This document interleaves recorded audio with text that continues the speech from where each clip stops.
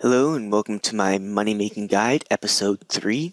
And this one is just kind of more of my standard money making method, which is farming and Miscellania.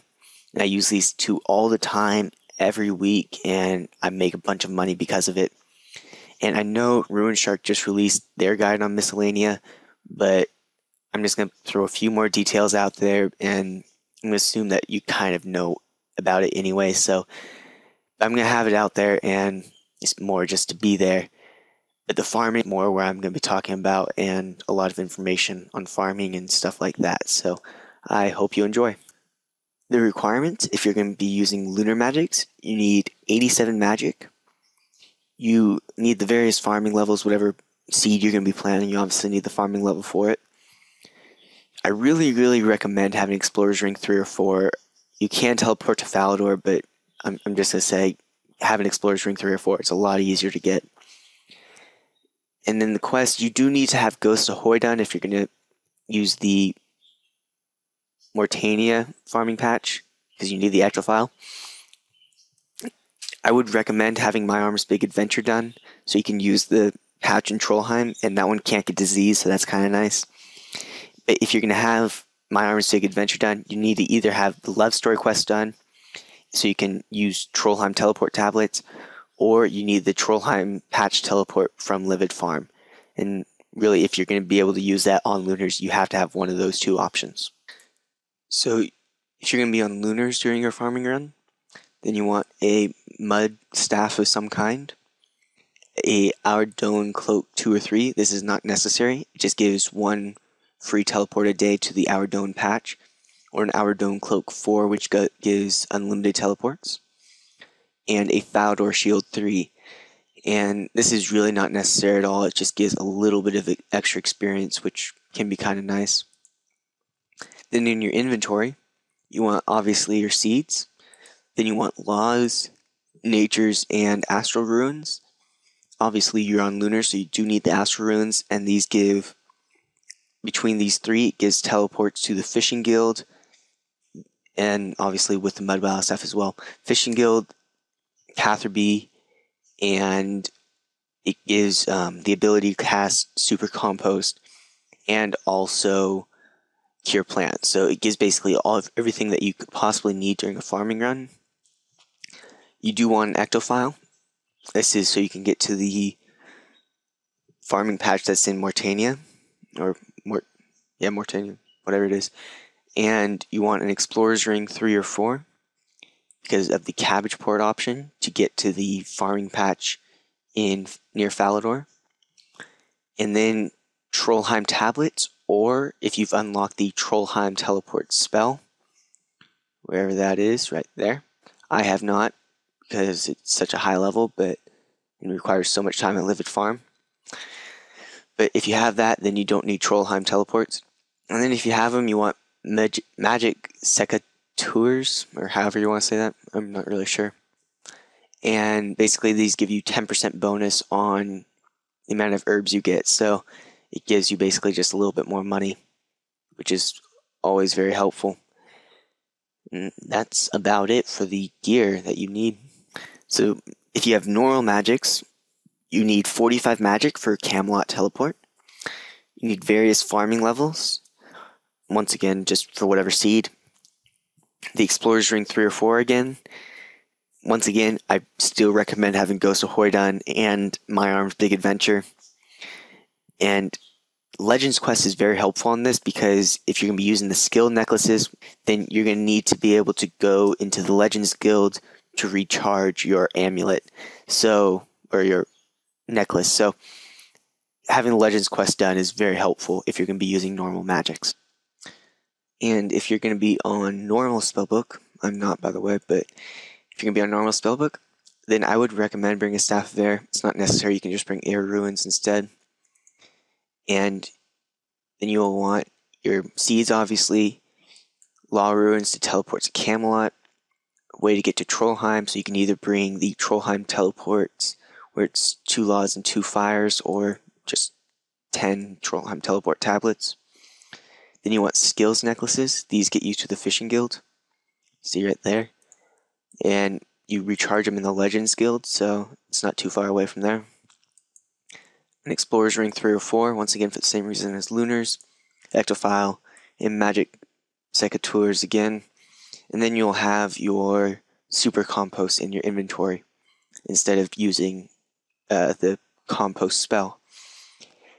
And one thing I forgot to mention before is basically if you're not going to go to any of these locations, such as you haven't completed My Arm's Big Adventure, then you don't need Trollheim teleport tablets or any way to get to Trollheim, since you can't use the farming patch there anyway. And if you pretty much do need an Ectophile, there's no other good way to get there, and so I would really recommend an Ectophile. You could use fairy rings, I guess, but it's a little bit more difficult. And an Explorer's Ring 3 or 4 is really a must. You could use Falador teleports and run down, but Explorer's Ring 3 isn't too hard to get, and I just highly recommend having it. And then, obviously, I have Lantidime seeds, but I'll talk about seeds later. And really, I use these kind of like for a mix of experience and money. But there are more seeds, more for money, and seeds, obviously, more for experience, since these aren't the highest experience seed. And if you don't have Magic Secateurs, don't worry about them. They just help a little bit. So when you're doing your farming runs, it's not that hard. You just pick the herb, compost the patch, and plant a new seed. I mean, easiest thing to do ever, right? And basically, I also find it really helpful to go in a set path. So on one direction, I go Fishing Guild, or Our Dome patch, Falador patch, Mortania patch, Trollheim patch, and then I finish with the Catherby patch. And on the other direction, I just completely reverse it. So Catherby, Trollheim, Mortania, Falador, Our Dome. And I do that so I don't mess myself up, because if I go on that set path, that way, I don't miss anything ever. And if you miss something, it can be kind of hard to remember which one you missed, because you do this so often. And it's really not that hard to do, and it's just pretty basic skilling and money making. And it is possible to make a bunch of money like this. I'll talk about money in a second. And, there's some herbs like Raynars right now. The seed itself is 6k, and the herb itself is about 6k as well. And so basically, you can just average one seed or one herb and per seed, and you'll be making even. And really, you average so much higher than that you just make money, period. So I really recommend doing something like this, because you just make so much money. And that's about it. Now, one thing you do have to worry about is diseased herbs. And they will pretty much die, since I don't actually physically check. I just let them die. But it's really not too much of a problem. Not too many will become diseased as long as you're super composting. And you'll still be able to make a pretty good profit. But at the same time, it is something to worry about. I have had 4 patches die on me at once. And I only had the one Trollheim patch, which can't become diseased. So you can lose money like that, but it shouldn't happen too often.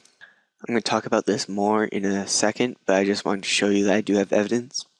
So I bought 100 Raynar seeds, and I farmed all of them. And this is why I ended up with 684 clean Raynars. Or grimy, but then I cleaned them. So basically, I'm going to say it's an average of 6.5, but really it could go a little higher, and it could theoretically go lower. But I'm going to give the average at 6.5, and I just wanted to show you that is a fairly realistic number. And this was not a particularly good week, because I have had weeks where I can go well above 700 in 100 seeds, but this is a fairly typical week, and I still have 684. So 6.5 is not an unreasonably high number.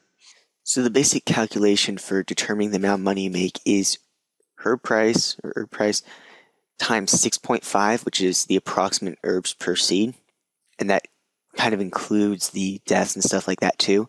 And then you minus the seed price with the compost price. It's basically the planting price of them, and that is the profit. And I just listed some things And it does go down as the level gets higher, but you also have to remember the experience goes up as the level gets higher as well. So you kind of want to balance it out. That's why I'm farming Lanta Dimes right now. And obviously Rainers, they make a lot of money, but it doesn't give a lot of experience, especially at high levels. And one thing also to remember is prices change week to week, so these will not be the same next week or anything like that.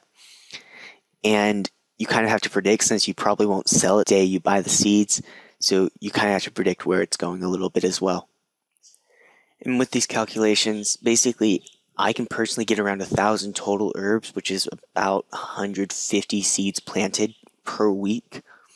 And it really varies from person to person. Some people are going to be more, some people are going to be less. It depends on how much you play and how many times you do the farm run in each week. So that's my personal norm. So it's 27K per seed. And if you're doing like 100 seeds, then that comes out to a lot more. That's 2.7 mil in 1 week. So that's pretty good. That adds up quite quickly. So to do Miscellania, you need Throne of Miscellania done. And Royal Trouble is also very helpful because it gives you 50% more workers, which obviously gives you more supplies, so it's just helpful to have done. Access to the fairy rings is very helpful for quick teleport in, and that's fairy ring code CIP. So just press the first one twice and you're there. And beyond that, you also obviously need some starting cash and stuff like that. And so that's just kind of basic requirements, though. So, and one last thing you do need quite a bit of bank space because it goes straight into your bank, and if you don't have bank space, it will not bank. So, you need the bank space. When going to Miscellania, you really don't need much. You can bring a dragon hatchet or some type of pickaxe, ruin or dragon pickaxe, or just really any type of thing. I personally just recommend using a dragon hatchet. I'm assuming you guys all have decent woodcutting levels, like 70, even 60 is fine for what you need to do there. I like having a teleport back to the GE, as you can see right there. If you're on normal spellbook, you can just bring them, just a normal Varrock teleport or a Varrock teleport tablet, whatever works. And then I use something to get to the fairy rings. Basically, you just want something to get there. So you can bring this, which gives you a teleport to the Relica Slayer Caves, which is right next to a fairy ring.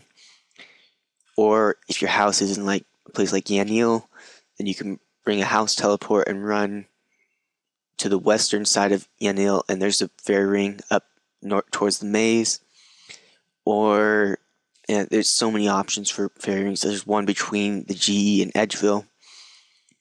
If you don't have access to fairy rings, and if you haven't completed Fairy Teleport 3, then you need a lunar staff. I have, though. Yes, I have all these done. Yay. Anyway, but so yeah, if you don't have Fairy Teleport 3, you do need the lunar staff. Or if you don't have access to the fairy rings, then you can have your house in Relica or Relica and just run north from there and use the boat that you used during the quest. Or a final option is you could have your spirit tree on it's on Etcetera, and then you can just run over. Or there's lots of ways to get there. Basically, this actually has a teleport to there, as you can see, Miscellania teleport. So you can use Ring of Wealth teleport. So there's lots of options on how to get there. Basically, just pick one and go. Once you get to Miscellania, you're going to need to get your favor back up to 100%. So you can either mine rocks or, like I do, just do the wood cutting. Just go over, there's a bunch of maples, and just start chopping away. You can also do some farming over by the castle or farming. And there's some wood cutting and fishing. So there's a few options on what you do, but I just wood cut. I've done the Fremnik tasks, like up to, I think it's hard that you need to have it up to, and it goes a lot faster. And this one happened to take a little while, but it doesn't usually take too long. And then you just go up to the castle, and I'll talk about what you should do in a second. But Yeah, it's not hard to gain the favor back, and you should always do it. I personally do it weekly, as I'll say later, and keeping the favor up weekly is just really helpful to be helpful because it gives you just more. The higher the favor, the better off you are.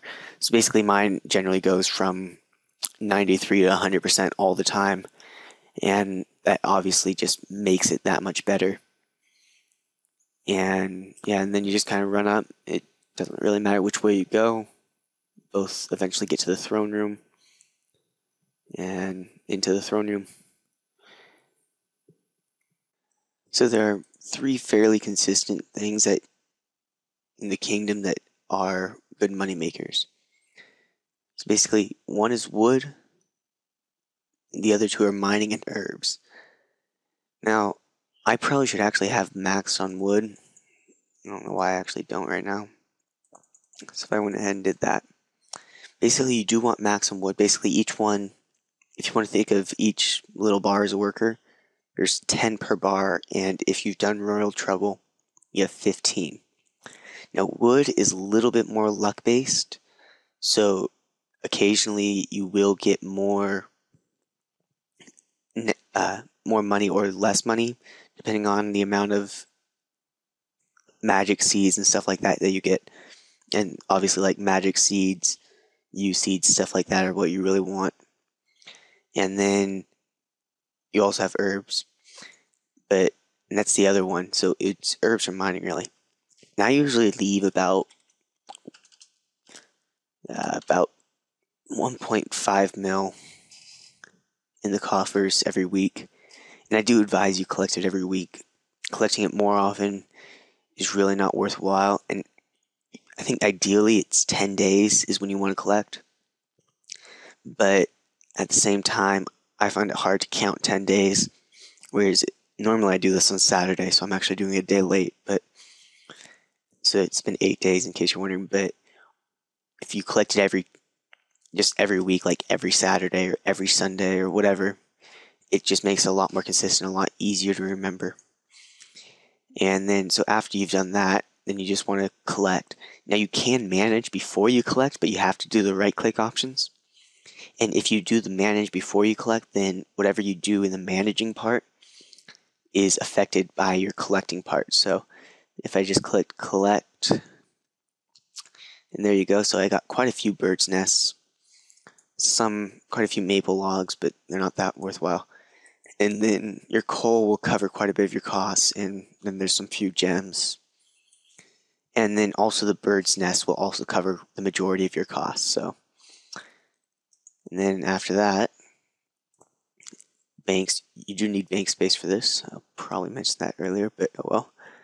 And then just go back to the G, and I'll show you what I get afterwards, after I open all the nests and stuff.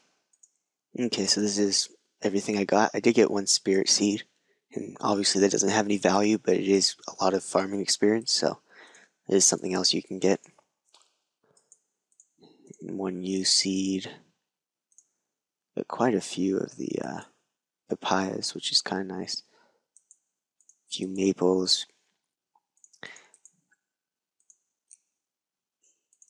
And as you can see, the bird nests do add up to quite a bit there. And as you saw, I put 600k into the coffers. And basically between these, the coal and the maples, I basically made all of that back. And those are the two main resources you're supposed to be getting. But then I got all of this other stuff. So I got the crushed bird nest, that's 600k in itself. So that would have paid it back. And then I got all these seeds. Actually, I did get a magic seed. Thought that was a U for a second. And yeah, and so it really does add up. So, a lot of papayas, a U, a few maples. So it is a little bit luck based, but as you can see, it is quite a bit of money very quickly. Thanks for watching. I hope it helped. Go make some good money. And on last night, I released a video, and it was supposed to be yesterday morning, but then some technical difficulties made it last night. Quite a few people did end up watching it, but I'll have a link to that in case you do. It is a very long video though, so you might not want to. And then on Tuesday, I think they'll be releasing the Christmas event, so I'll do like a live commentary of that and release that. Kind of make it a guide type thing.